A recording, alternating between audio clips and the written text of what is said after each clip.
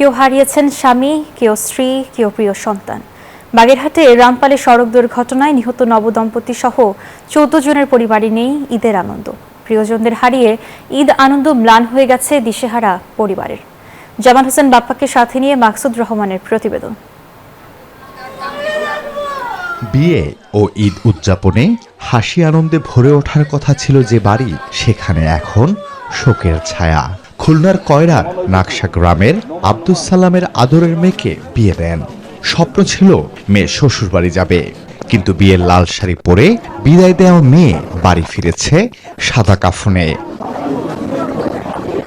গত 12 মার্চ সড়ক দুর্ঘটনায় নববধূ মর্জিয়া মিতু, তার বোন, দাদি নানি সহ মারা যায় 14 জন। প্রিয়জন হারানো পরিবারগুলোতে নেই ঈদের আনন্দ, ভবিষ্যতের স্বপ্ন, এমনকি বেঁচে থাকার শক্তিটুকু। আমার মা ছিল, আমার শাশুড়ি ছিল, আমার 2 মেয়ে ছিল, আমার জামাই ছিল, আমার বড় মামার পরিবার।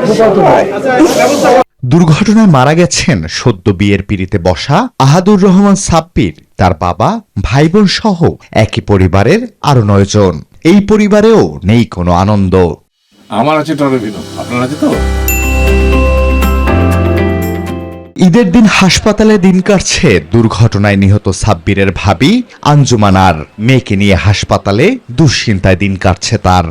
ঈদে আনন্দ তো দূরে থাক, তার এখন জীবনে সবচাইতে বড় শোকের দিন আসছে। আর এই বিয়েতে তার স্বামী নাই, সে তা এখনো জানে না। জানার পর কি হবে আমরা তাও জানি না। দুর্ঘটনায় নিহত মাইক্রোবাস চালক নাইম শেখের পরিবারেও শোকের ছায়া।